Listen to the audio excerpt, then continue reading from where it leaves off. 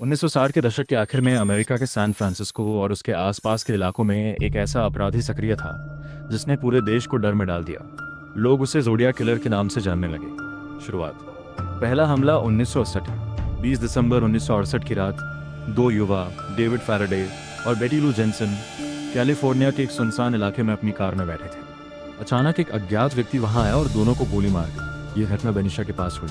उस समय पुलिस को लगा कि यह एक सामान्य हत्या है, लेकिन कुछ महीनों बाद पता चला कि यह एक बड़े सीरियल किलर की शुरुआत थी।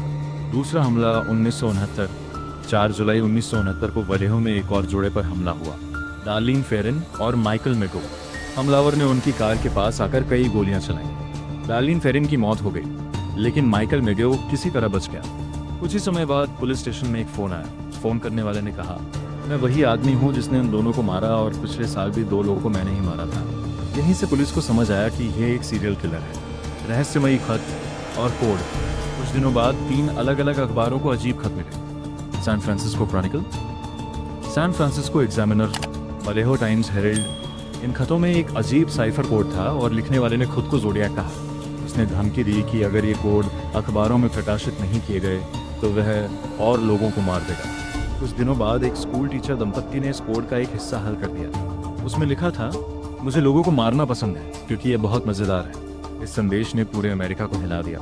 लेक बीरी ऐसा हमला 27 सितंबर 1969 को लेक बैरिसा में एक कपल पिकनिक मना रहा था।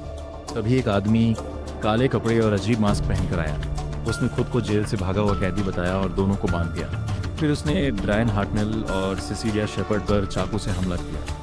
ब्रायन हार्टनेल बच गया, लेकिन सिसिलिया शेपर्ड की मौत हो गई। टैक्सी ड्राइवर की हत्या 11 अक्टूबर 1969 को सैन फ्रांसिस्को में टैक्सी ड्राइवर पॉल स्टाइन की गोली मारकर हत्या कर दी गई। इस बार हत्यारा कुछ सबूत छोड़ गया, जिससे पुलिस को शक हुआ कि वह आसपास ही था। रहस्य आज भी अनसुलझा। 1968 1969 के बीच जोडियाक किलर ने कम से कम 5 लोगों की हत्या की और 2 को घायल किया। उसने पुलिस और मीडिया को कई क्रिप्टिक लेटर्स भेजे, जिनमें से कुछ आज तक पूरी तरह डिकोड नहीं हो पाए। दशकों की जांच के बाद भी उसकी असली पहचान कभी साबित नहीं हो सकी। इसी कारण जोडियाक किलर आज भी अमेरिका के सबसे बड़े अनसॉल्व्ड क्राइम मिस्ट्रीज में से एक माना जाता है।